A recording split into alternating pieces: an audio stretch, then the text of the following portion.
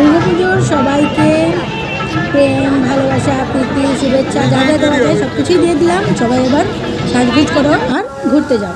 আমিও যাচ্ছি ষষ্ঠীর দিন ঘুরতে। বিকেল হয়েছে, এখন আমরা প্ল্যান করলাম যে আজ যেহেতু সানডে আমার হাজব্যান্ডের অফিসটা বন্ধ, তাহলে চলো আমরা আজ থেকে ঘোরাঘুরি শুরু করে দিই। এমনিতেই আমরা সপ্তমীর দিনই ঘোরাঘুরি করি, তাও আজকে ঘোরাঘুরি করতে যাওয়ার জন্য রেডি হচ্ছি। দেখতে পাচ্ছ একটুখানি মেকআপ টেকআপও করছি। আজকে অনেক দিন হয়ে গেল, তো এভাবে তো আর মেকআপ করা হয় না। রেগুলার যখন আমি বের হই তাহলে যা থাকে তাই একটুখানি হাতের সামনে লাগিয়ে টাগিয়ে চলে যাই। পুজো বলে তেমন তো আর আমি মেকআপ কোনো দিনই করি না, আর একটুখানি আর কি, যা না করলে হয় না, ওই একটুখানি foundation, face powder, eyeliner, mascara, এই কয়েকটাই। আইব্রোটা করতেও ভুলে গেছিলাম তাড়াহুড়ো। পিছনের দিকে এমন টাকাটাকি করছিল, সাজগুজ করতেও শান্তি নেই। মানে সারা বছর তো শান্তি নেই, তারপর পুজোতেও শান্তি নেই। আর দেখতে পাচ্ছ এভাবে নাকি চোখ আঁকলে চোখটা বড় দেখা যায়, তাই আমিও এভাবেই আজকে এঁকে নিলাম। কেমন হয়েছে তোমরা আমাকে একটু কমেন্ট করে অবশ্যই জানাবে আমার সাজগুজটা কেমন হয়েছিল। আর বিন্দি যতই বড় সাইজের আর মাঝারি সাইজের আনি না কেন, ওই ছোটোটা দিলেই আমি যেমন একটু ভালো লাগে। আর কি করলাম দেখো, উল্টা পুল্টা 3টা লিপস্টিক এক জায়গায় হয়ে গেছিলো। আর আমি লাগাতে চাইছিলাম একটু ব্রাউনি কালার, কিন্তু লাগিয়ে ফেলেছি পিঙ্ক। আর কি করব, যা হোক, যে ড্রেসটা পরবো সেটার সাথে পিঙ্কটা ম্যাচ করবে। আর এই কানেরটা ম্যাচ করছিল না, তাও আমি পরেছি, কারণ গতবার আমি কিনেছিলাম আমি এইটা লাগানোর জন্য পুজোতে, কিন্তু আমার মেয়েরা কোথায় জানি একটা হারিয়ে ফেলেছিল।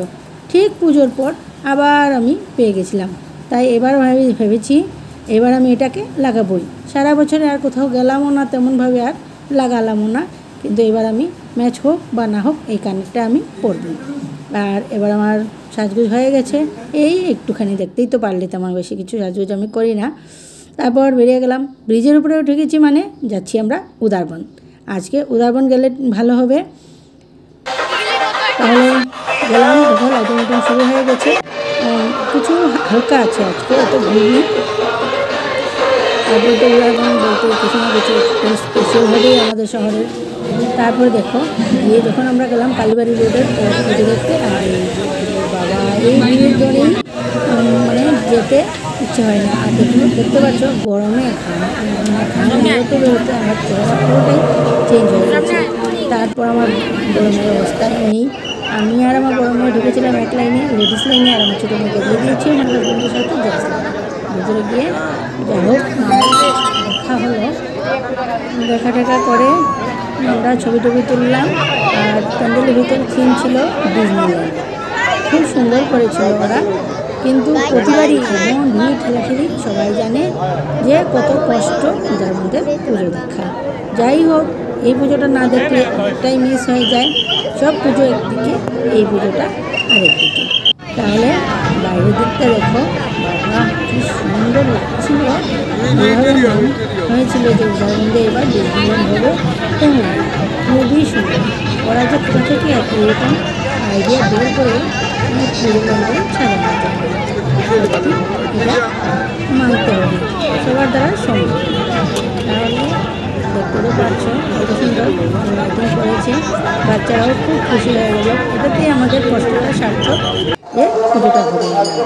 উদাহরণকে পুজো দেখার সাথে সাথে তো আমাদের কালীমা মন্দিরেও যেতে হবে। কালীমা খুব প্রসিদ্ধ, এখানে সবাই ওনাকে মানে, সবাই যায়। গিয়ে দেখলাম যে ষষ্ঠী পুজো শুরু হয়ে গেছে, বেলতলায় বসে ষষ্ঠী পুজো হচ্ছিল। তারপর আমরা মন্দির টন্দির ঘুরে কালীমাকে প্রণাম করে আমরা একটু চরণামৃত পেয়েছি এবার। তারপর নিয়ে শিব বাবাকে দর্শন করে এবার রওনা দেবো অন্যদিকে। এখানে প্যান্ডেল আছে 3-4টে, কিন্তু বাচ্চারা বলছে যে ক্ষুধা পেয়েছে, তাই আমরা খেয়ে নিলাম লুচি ঘুগনি। আর তো গরম তো আর বলেই লাভ নেই, আবার গেলাম আমরা এগুলো খেতে। এগুলো দেখছো পুজোর সময় এগুলো ভাজাভুজির কোনো ঠিকানা নেই, পুরো টুরে যাচ্ছে। আমি বললাম যে তোমার তাওয়াটা একটু হিট করো। হসপিটাল এবার বানিয়েছে রাম মন্দির, খুব সুন্দর হয়েছে, কিন্তু এখানেও গিয়ে দেখি সেই লাইন। বাবা এত গরমের মধ্যে এত লাইন আমি দিতে পারবো না। আমি বললাম যে বাইরে থেকে প্যান্ডেল দেখে চলো, ভিতরে গিয়ে মূর্তি দেখা আমার দ্বারা সম্ভব না। তারপর আইসক্রিম খেয়ে আর আমরাও না হলেও 4-5 লিটার জল সবাই মিলে খেয়ে নিয়েছি। এত গরম, আমার চেহারা পুরোটাই পরিবর্তন হয়ে গেছে। তাহলে আজকের মতন আর এইটুকুই, টাটা।